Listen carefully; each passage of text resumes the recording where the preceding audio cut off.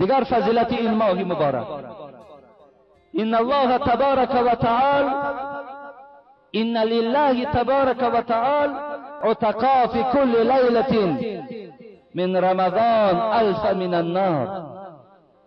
دیگر بزرگی این ماه مبارک این بود است که برادر عزیز و گرامی، هر شب رمضان خداوند از دوزخ همو بنده هایی که در دنیا هم ایمان داشتن و اینا امروز ببین بعضی آدم ایمان داره نماز میخونه زنا میکنه، بعضی آدم ایمان داره و نماز میخونه دزدی میکنه، دروغ میگه، خیانت میکنه.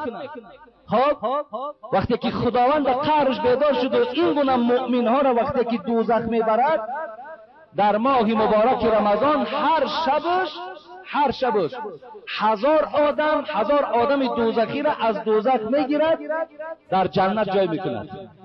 هر شب رمضان ببینید هر شب رمضان چی میکردد؟ هزار آدمی اینا که تا امروز 27,000 پروردگار خلاص کرد.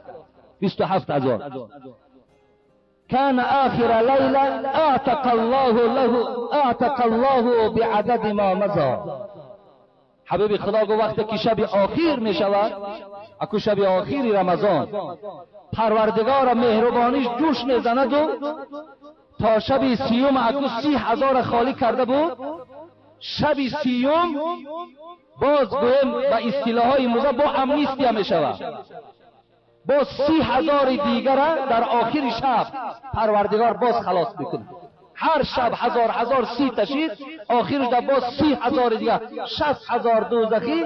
هر یک ماه رمضان پروردگار از دوزخ به خاطر این ماهش خلاص میکنه. این از درجات رمضان، این از فیض رمضان، این از برکات رمضان.